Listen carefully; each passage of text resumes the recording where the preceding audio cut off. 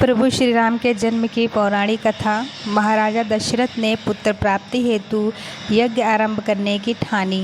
महाराजा की आज्ञानुसार शामकर्ण घोड़ा चतुरंगी सेना के साथ छुड़वा दिया गया। महाराज दशरथ ने समस्त मनस्वी, तपस्वी, विद्यमान ऋषि मुनियों तथा वेद विज्ञ प्रकांड पंडितों को यज्ञ संपन्न के लिए बुलावा भेज दिया।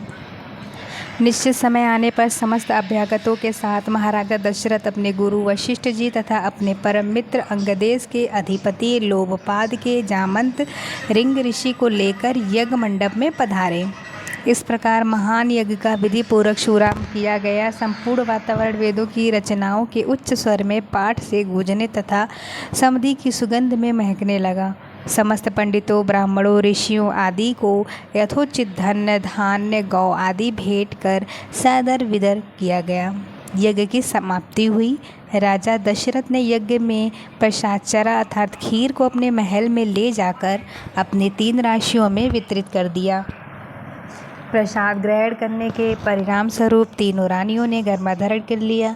जब चैत्र मास के शुक्ल पक्षी नवमी तिथि को पूर्णिवस नक्षत्र में सूर्य, मंगल, शनि, बृहस्पति तथा शुक्र अपने अपने उच्च स्थानों में विराजमान थे, कर्क लगन के उदय होते ही महाराजा दशरथ की बड़ी रानी कौशल्या के गर्भ से एक शिशु का जन्म हुआ, जो कि नीलवर्ण, चुंबकीय आकर्षण वाले, अत्यंत तेजोमय, परम कांतिवान तथा अत्यंत सुंदर था। उस शिशु को देखने वाले देखते रह जाते थे। इसके पश्चात शुभ नक्षत्रों और शुभ घड़ी में महारानी केकैया के एक तथा तीसरी रानी सुमित्रा के 2 तेजस्वी पुत्रों का जन्म हुआ। संपूर्ण राज्य में आनंद मनाए जाने लगा। महाराजा के 4 पुत्रों के जन्म के उल्लास में गंधर्व गान करने लगे और अप्सराएं नृत्य करने लगीं। देवता अपने विमान में बैठकर पुष्प वर्षा करने लगे। महाराज ने उन्मुक्त हस्त से राजद्वार पर आए भाटचारण तथा आशीर्वाद देने वाले ब्राह्मणों और याचकों को दान दक्षिणा दी।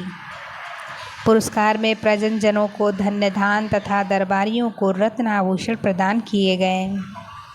4 पुत्रों का नामकरण संस्कार महर्षि वशिष्ठ के द्वारा किया गया तथा उनके नाम रामचंद्र, भरत, लक्ष्मण और शत्रुघ्न रखे गए।